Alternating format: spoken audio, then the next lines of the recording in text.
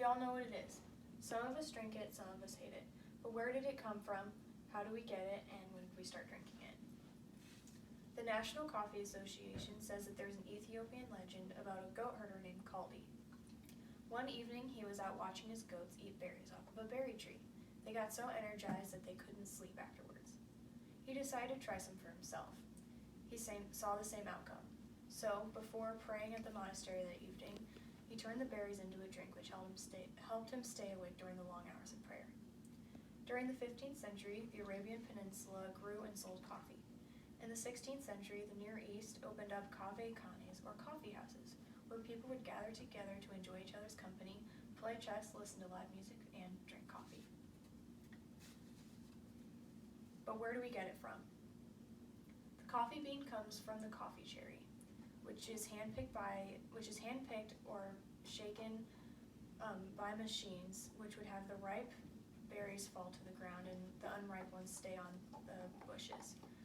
When the cherry is ready to be picked, it is bright red. After that, the berry is removed and the bean is ready for processing. There are two types of processing: dry processing and wet processing. During wet processing, the pulp layers are removed one by one.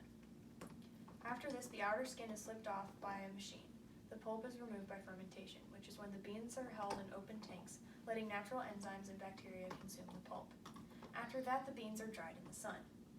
After this comes hulling, which is when the parchment and skin crumbles off the bean, making it ready for roasting. During roasting, the green bean is then turned to a dark brown or black color. The beans are heated and it splits. Overheating makes the flavor stronger and makes there be less caffeine. But when did we start drinking it?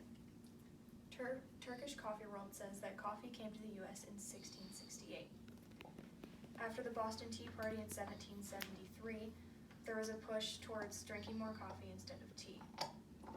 During the Civil War, coffee business was booming, which led to the Arbuckle brothers selling coffee beans to cowboys and Folger Coffees selling coffee beans to gold miners in California. The coffee industry is a growing business. You know big names like Starbucks, Dunkin' Donuts, and Peet's Coffee. Sprudge says that people ages 25 to 34 spend on an average $2,008 a year on coffee. There are also local businesses like in my town, Zion Coffee Bar, 3030 Coffee, and Leaves and Beans. I personally enjoy coffee, and I hope this has sparked your interest so that you'll start drinking it too.